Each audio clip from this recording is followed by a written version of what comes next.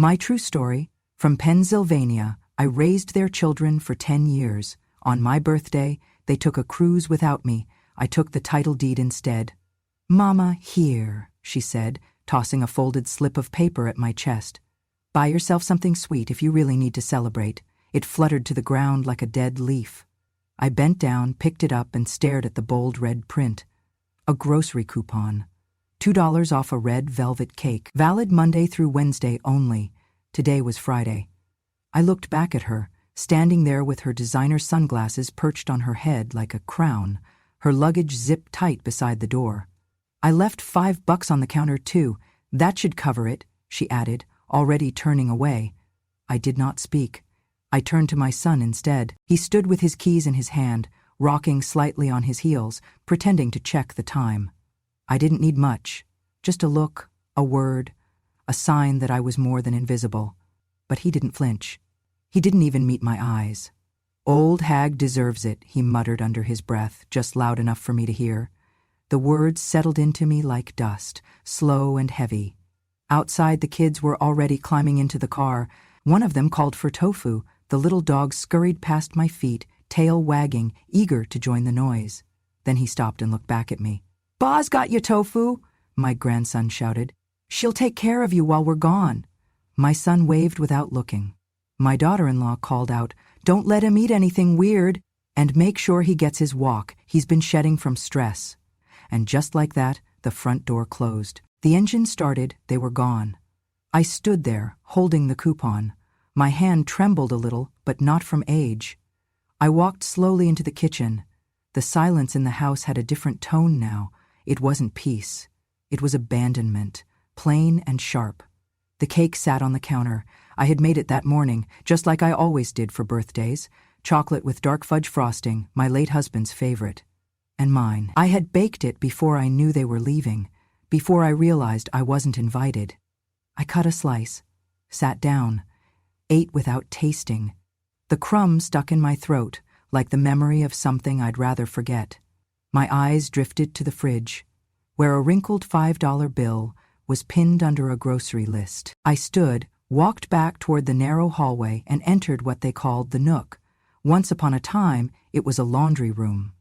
When I moved in 10 years ago, they said it was just temporary, said they would convert it into something cozier, more comfortable. They never did. The washer and dryer were still there, stacked in the corner like sentinels.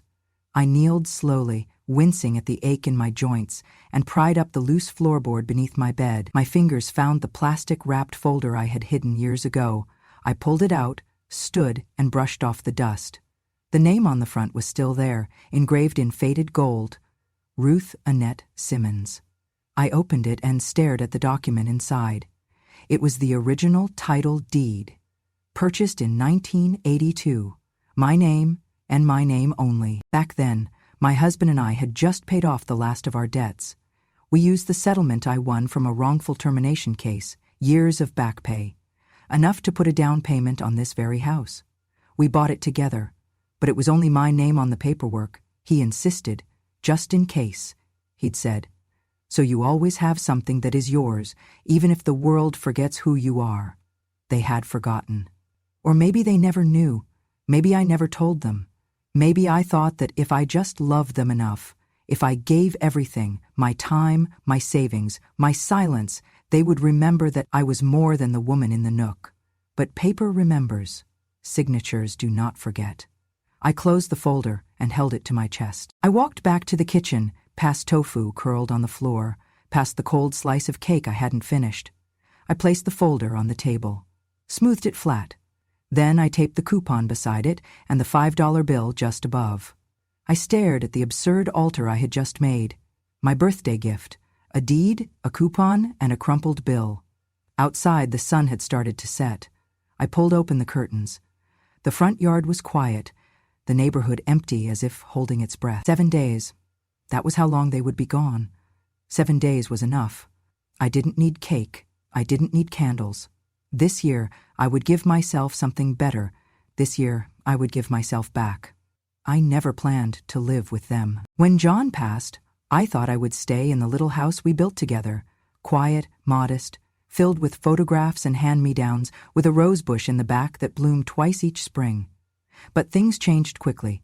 The water heater broke, the roof started to leak, and the nights felt colder without his breathing beside me.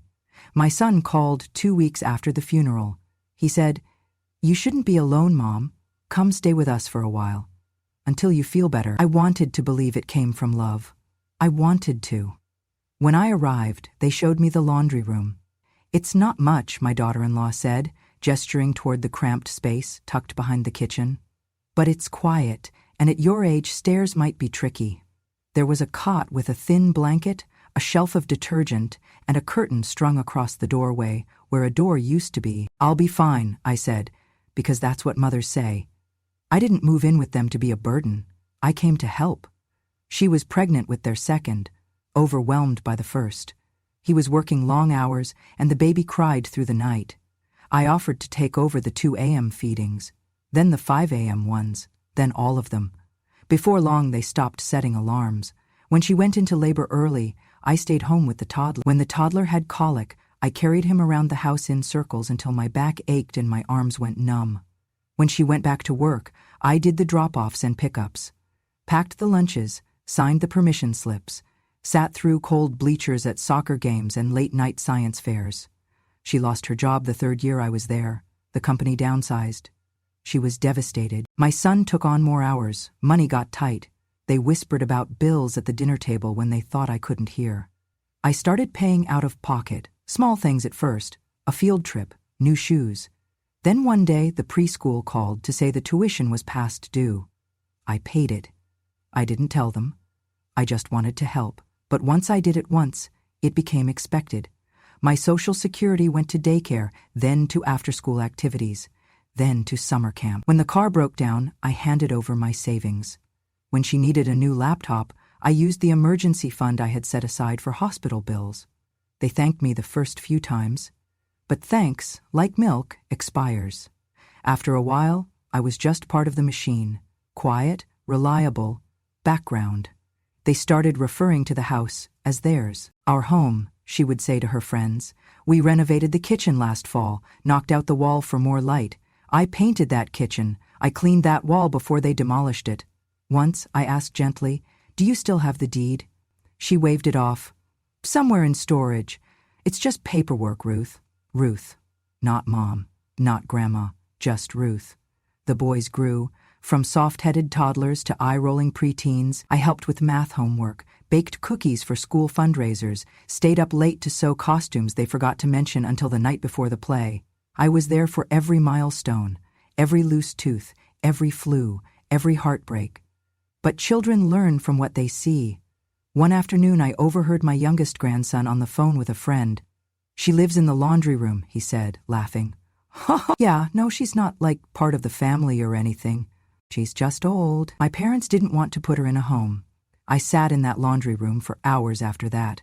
No knitting, no TV, just silence.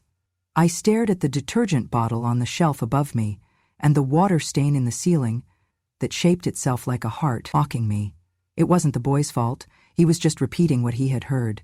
They called it helping when I cooked 3 meals a day, helping when I folded laundry that wasn't mine, helping when I stayed home on holidays so they could travel. But it was never help when it came back the other way. When I caught the flu, I made my own soup. When I fell in the yard, no one noticed until dinner. When I asked for a ride to the doctor, she said she'd see if it fit her schedule. One Christmas, they gifted me a used sweater with a tag still on it that read, "To Grandma. Love daycare staff." They must have forgotten to check. I smiled and said thank you anyway. 10 years passed. Not once did they say, "You've done enough." Not once did they ask, "Are you okay?" Not once did they offer to fix the cot that squeaked every time I turned in my sleep. And every time I felt like saying something, I remembered the house. The house I paid for. The house they lived in. The house they were slowly trying to erase me from. But paper remembers. And so did I. I had just finished rinsing the dinner dishes. The boys were upstairs, arguing over a game. My son had disappeared into the garage, like he always did after eating, escaping the table and the weight of shared silence. She was on the phone in the living room, pacing behind the couch, her voice low and clipped. I was about to head back to the laundry room, my nook, as they called it, when I heard her say it. If the house is still in her name, we can't refinance anything. It's a mess. I froze, one hand still damp, the dish towel slipping to the floor. I leaned slightly toward the hall, careful not to let my shadow stretch across the doorway. She has no idea, she continued. She thinks we're doing her a favor by letting her stay here, but the mortgage company won't approve anything unless the name matches the applicant. She's not even on the loan form, just on the damn deed. A pause, then my son's voice, muffled but sharper. We'll figure it out. I'll talk to her after the trip. Just act normal until then. Act normal? That was what they were doing? I stepped back, slowly, my heels silent on the tile. I didn't cry. I didn't storm in. I didn't confront either of them. I had spent too many years staying small in my own home to suddenly fill the doorway now. Instead, I went to my room. There, beneath the cot, under the loose floorboard I had reinforced myself with an old table leg and a prayer, was the black folder. The one I had not opened in almost a decade. The folder still smelled faintly of the cedar chest it once lived in, back when John was alive. Back when we kept our documents safe, not because we feared our children, but because we believed in the future. I flipped it open. The pages were all there. The original deed, the tax documents, the receipts from the title office. My name, etched in ink that had not faded. Not even a co-signature. Just me, Ruth Annette Simmons. In 1982, we had bought this house with cash from my wrongful termination settlement. I was a secretary at the insurance agency downtown. When I got pregnant with our third child, they replaced me. No warning, just gone. I sued them, won, and bought this house as a promise to myself that I could lose things and still build something new. John had insisted it stay in my name. One day, he'd said, this might be the only thing protecting you. I thought he meant from strangers. I never dreamed it would be from our own blood. I took the folder into the kitchen and laid it flat on the table. Then I turned on the old desk lamp in the laundry nook and began writing down everything I had overheard. The next morning, while they were out grocery shopping, I found the drawer in the home office where they kept their financials. It was unlocked. Careless. Or maybe they thought I was too old to snoop. There it was. A refinance application, half complete, typed in my son's name. No mention of mine. No permission requested, just assumptions. That I was old, that I would not understand, that I would not notice. There were sticky notes attached. Need signature here, one read. Have Ruth sign after cruise. After cruise. That was the plan. I placed everything back exactly as I had found it. Every paper, every note. But I took a photo of the application with my phone. I may be 75, but I know how to press a button. That afternoon, I called Harold. Harold used to be my husband's attorney, back when John still handled things like wills and taxes. He had retired, but he still picked up when I called. Ruth, he said, his voice cracking with recognition, it's been a while. Too long, I replied. I need a favor and some clarity. We met 2 days later at a diner on the edge of town. I brought the folder, the photos, and my fears. He read everything, twice. You're still the legal owner, he confirmed. They can't do a thing without your written consent, not legally. What about occupancy? You're not a tenant, you're the landlord, you have full rights. I sat back in the booth. The waitress topped off our coffee. The sun was setting through the dusty blinds, painting Harold's white hair with gold. I need you to make a copy of everything, I said, and hold it, just in case they try anything, and, if I don't come back for it, I said, send it to my cousin Lillian in Ohio. She'll know what to do. He nodded. You thinking of kicking them out? Not yet, I said. Not yet. Because I was not ready. Not yet. But I was remembering now. I was remembering every whisper behind my back, every sigh when I asked a question, every time they laughed louder when I entered the room, as if trying to drown me out. Every time they spent what I gave like it was theirs to begin with. And most of all, I remembered the look in my son's eyes when he said it. Old hag deserves it. Maybe I did.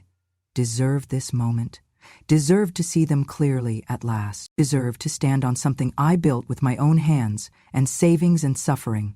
I tucked the folder back under the cot that night. But I slept with a different kind of silence. Not defeat. Readiness. I woke up early that morning. My body ached like it always did, slow to rise, slower to move. But I had plans. Quiet ones.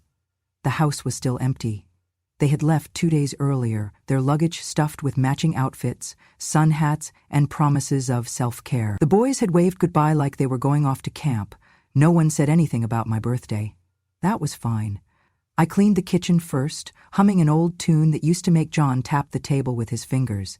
Then I pulled out the cake mix, chocolate again, from scratch. Not because I expected anyone to eat it, but because baking still made me feel human, still reminded me of the days when I made things people actually wanted. I folded in the eggs, poured the batter, and waited. The oven clicked softly, its heat filling the air like memory. I laid out a tablecloth, an old one from our first Christmas here, and lit 2 candles. Not 75, just 2. For hope and for stubbornness. Dinner was simple. Roast chicken, steamed carrots, mashed potatoes. I made enough for everyone, even though it was just me and tofu. The dog sat under the table, yawning between bites of kibble. I ate alone. Chewed slowly, swallowed carefully. Each bite felt like a compromise between dignity and habit. When I opened the drawer to grab the matches, I found it. A birthday card. Colorful, glittery, paw prints along the border. I smiled for a second. My heart lifted like a balloon just starting to rise. Then I opened it. Happy birthday to the best dog in the world. We love you, Tofu. It was signed with the boys' names. A paw print was stamped in the corner in purple ink. My hands didn't shake. Not this time. I folded the card in half, placed it gently on the plate beside the uneaten chicken, and blew out the 2 candles. No one had remembered. No call, no text, no message slipped under the door in guilt. I sat there a long time, staring at the flickering wick smoke curling in the air. The kitchen grew darker. The shadows crept up the walls.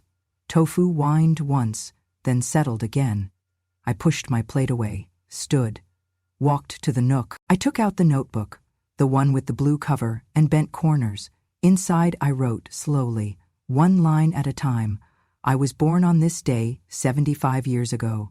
My mother screamed and prayed. My father smoked outside. They said I was stubborn from the start. I tried not to be. The letter was not long.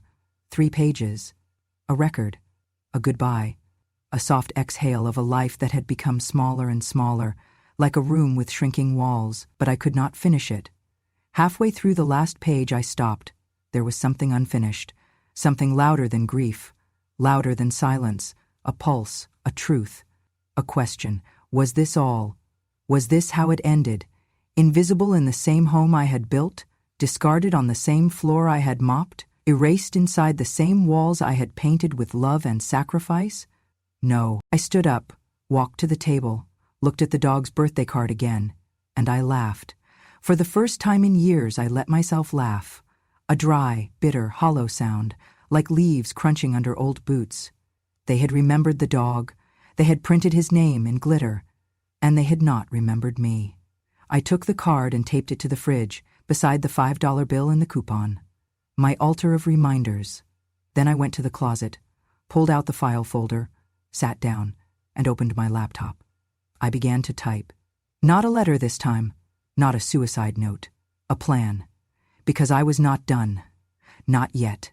Because somewhere inside this house was a woman who had worked 40 years without complaint. A woman who had fed generations. A woman who had built her name on paper, in ink, in sacrifice, and I would not let that name vanish in the laundry room. They thought they had 7 days to rest.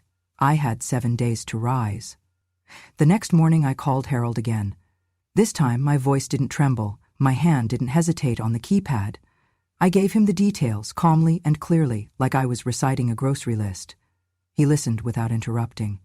At the end he said only, "Come in, we'll get this handled." His office was smaller than I remembered, tucked behind a strip mall between a nail salon and a used bookstore. He had retired technically, but still kept a desk, still helped the clients he cared about. I was one of them. When I arrived, he stood and hugged me gently. "I'm sorry you're going through this, Ruth," he said. "I'm not sorry," I replied. "Not anymore. I handed him the folder. He opened it on the desk, spreading out the pages like a puzzle he already knew how to solve. "So, you're still the sole legal owner," he confirmed. "The house was never transferred. They've been living there under what's called informal familial tenancy." "Meaning?" "Meaning you let them live there. You can also tell them to leave." I didn't flinch. I nodded once.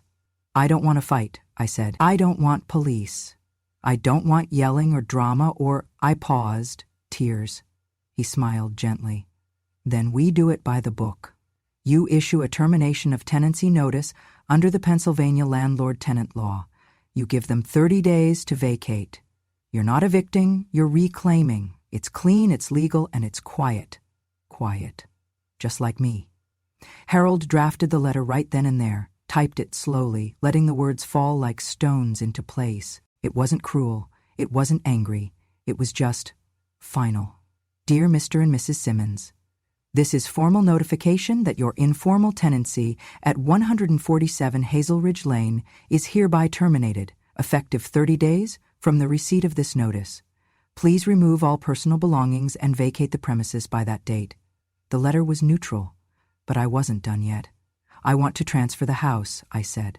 Harold looked up. "To whom?" I handed him a name I had written on an envelope. "The John Simmons Scholarship Foundation," I said. "I've already applied for nonprofit status. I want the house to become a temporary residency for students who've aged out of foster care. The deed should reflect that it's no longer family-owned. No descendants, no Simmons bloodline, no heirs." He blinked. "You're sure?" "I'm sure." He sat back and let out a low whistle. "Anyone see this coming?" "That's the point." We prepared the paperwork over the next 2 hours. He explained everything, every line, every clause, and I initialed slowly, deliberately. I had spent my whole life signing permission slips for field trips, liability waivers for summer camps, co-signing their dreams. This time, I was signing for myself. When the last document was complete, Harold placed it in a stamped envelope. "Where do we send the termination notice?" "They're on a cruise," I said. "Caribbean.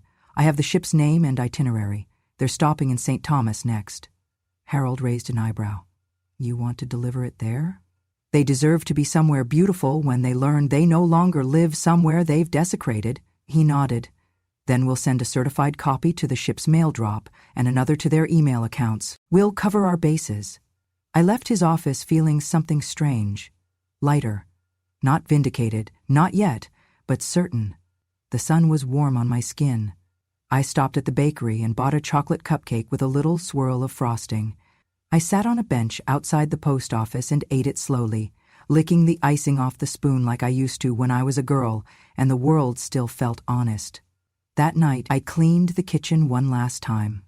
I packed a small overnight bag, just enough for a few days with my friend May, who had a cabin near the lake.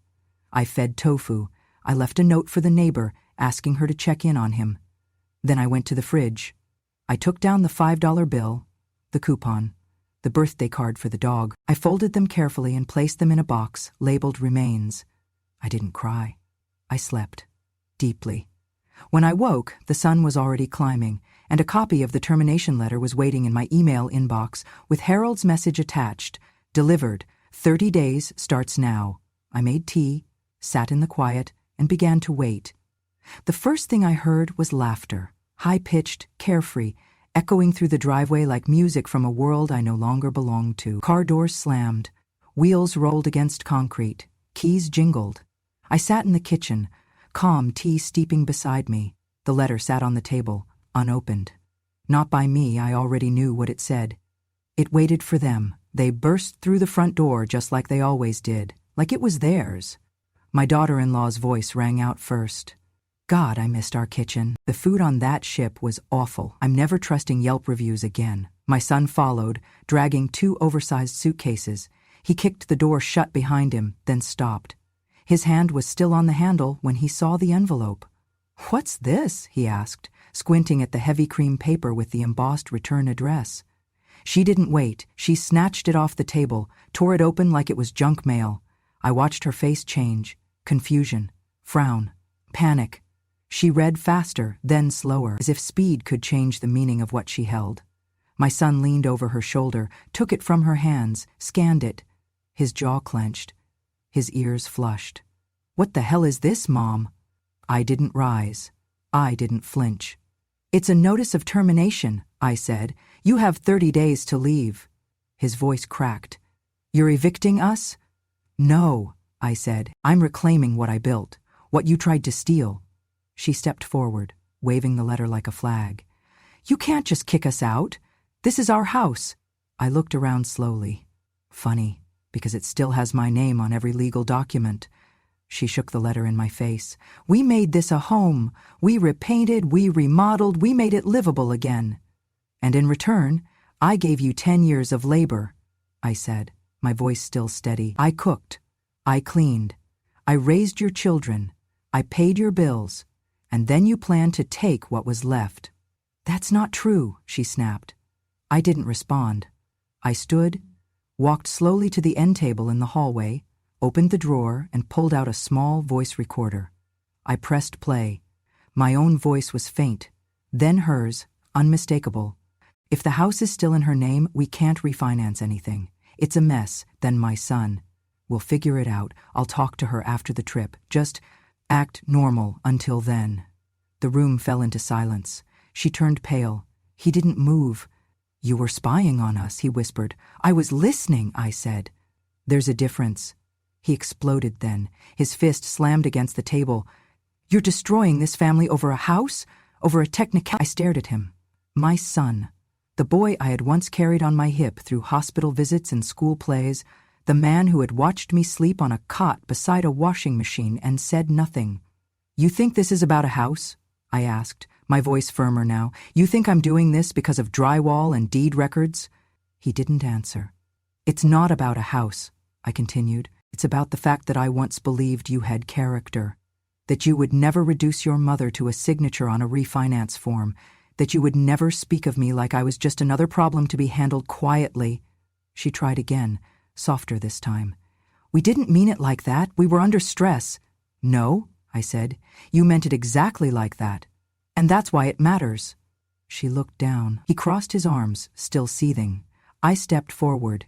"You have 30 days. "To go where?" he snapped. "To any place that will accept people who think their mother is disposable." Her voice cracked then.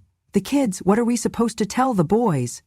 I picked up the recorder, turned it off, and returned it to the drawer. "Tell them the truth," I said, "that their grandmother finally stopped waiting to be respected." He looked at me like he didn't recognize me. Maybe he didn't. I wasn't the old woman who folded laundry and swallowed pain. Not anymore. I stepped aside. 30 days, I repeated. They left the room without another word. I heard them upstairs, arguing, their voices muffled by walls they once believed were theirs. I walked into the kitchen, poured myself another cup of tea, and watched the sun begin to fall behind the trees. Tofu sat beside me, tail wagging as if he knew. Maybe he did. Dogs sense the turning of tides. That night they didn't come down for dinner. I didn't call them. I slept deeply. No dreams. Just peace. The kind that comes not from victory, but from clarity.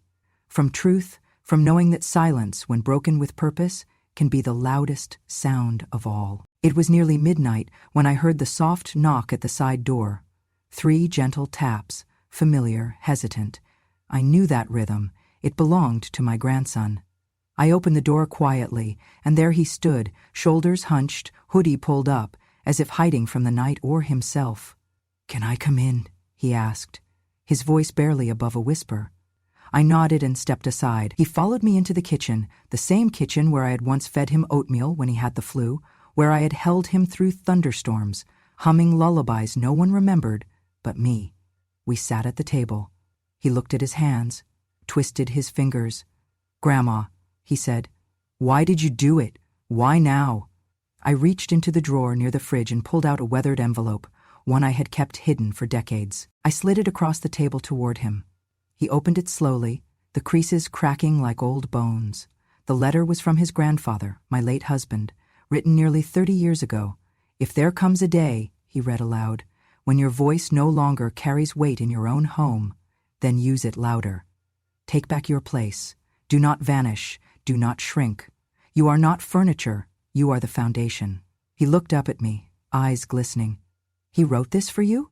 He knew, I said, even before he died. He knew this world forgets women like me unless we remind it. He swallowed hard. I didn't know they were treating you like that. I just thought it was normal. You were a child, I said gently, but children grow up. They choose what they want to see. He hung his head. I guess I didn't want to believe it, he whispered. I didn't want to see you sad. I wasn't just sad, I said. I was erased, slowly, kindly, conveniently. He reached across the table and held my hand. For a long time, neither of us spoke. Then he said, "They're saying you hate us."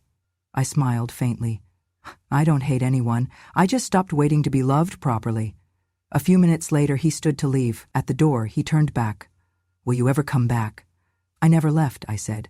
Not really. I just stopped being quiet. He nodded, tears threatening again, and then he was gone. The next morning, she came, my daughter-in-law. Her eyes were red, her hands shaking. She stood at the front door like someone standing at the edge of a cliff. "Please," she said, her voice hoarse. "I know you're angry, but can we talk?" I said nothing. She stepped inside. "We have nowhere else," she said. "The boys, they don't understand. Mark he's furious. But me, Ruth, I'm begging. I know we were wrong. I know." I looked at her, really looked. The woman who once called me extra luggage. The woman who gave me chores instead of kindness. The woman who threw a coupon at my feet and called it a gift. "I don't want to be enemies," she said. "Can we stay? Just until we figure something out? I swear we'll change." I walked past her to the hall closet. From the top shelf, I pulled a photo frame. It was a picture of this house in 1982, when the paint was fresh and my children were young, when I thought love meant giving until I disappeared. I handed it to her. Then I said, "I was invisible in this house for 10 years. I lived in a laundry room, ate alone, cried in silence. Not one person asked if I was okay." She wiped her face, trembling. "I'm sorry," she whispered. "I don't need apologies," I said. "I need boundaries." "But where will we go?" "That," I said, "is not a question I ever got to ask when I moved in." She opened her mouth, then closed it. Finally, she said, "You'll regret this." "No," I said softly. "You will, because one day your boys will ask why their grandmother vanished, and you'll have to tell them the truth." She turned and left, quietly, without slamming the door. I sat in the kitchen and looked at the chair across from mine. It was empty. But I wasn't. Not anymore. Because memory, I had learned, was not a burden. It was a weapon. And I had finally remembered how to use it. The house on Hazel Ridge Lane no longer belonged to any family. Not the one I raised. Not the one that buried me in silence. It belonged to the ones who had no one else. A new sign hung above the gate now. I paid extra for the lettering. Told the craftsman I wanted it bold, dignified, not flashy, just honest. Ruth's Haven for Children, forgotten by family. The house had been repainted warm yellow. Curtains I picked myself now framed the windows. Inside, there were bunk beds and a quiet room for studying. A shared kitchen, and on the mantel, a framed photo of John and me, our wedding day, his eyes squinting in sunlight, his arm slung over my shoulder, like I was his whole world. Because for a time, I was. I moved into a modest apartment on the edge of town. Just enough space for me and a bookshelf. No laundry machines humming through the night. No footsteps above me. No cold dinners left uneaten. Peace, I found, does not need grandeur. Just space and truth. Each week I received letters from the scholarship recipients, young souls who aged out of the foster system with nowhere to go. They called it the Yellow House. They sent hand-drawn cards, essays, photos of their first report cards pinned with pride. Some called me Miss Ruth. Others just called me Grandma. I kept every letter in a carved wooden box beside my bed. The first winter was quiet. Cold, yes, but not the kind of cold that lives in your bones. It was the kind that made tea taste better, made you pull the blanket tighter, and smile at the sound of your own breath. One Tuesday morning in early spring, I found a new envelope in the mailbox. The handwriting was messy, uneven. It was from my grandson. Inside, a single sheet of lined paper. "Grandma, I am sorry. I know now what I didn't want to see. You weren't just there. You were holding us all together. I wish I had said thank you before it was too late. I miss you. I understand now. Love, E. I read it once, then twice. Then I folded it carefully and walked to the small table where John's photo stood.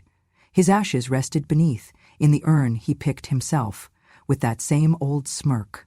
I placed the letter beside it, lit a candle, and whispered, I am not a shadow in my own home anymore, darling. Outside, a bird sang. Tofu lay curled at my feet, older now, but still watching me with those soft, knowing eyes. I poured myself a cup of tea, and let the quiet remind me. Some goodbyes are the beginning of everything true. Thank you for listening to this true story, one that took a lifetime to find its voice. If it moved you, if it reminded you of your worth or of a silence you once swallowed just to keep peace, know this. You are not alone, and your story is not over. Subscribe to Grandma True Stories, where every week I share the truths we were told to bury, the memories they hoped we'd forget, and the quiet revenge only time can deliver. Because wisdom does not shout, it remembers. And when a grandma speaks, the world finally listens.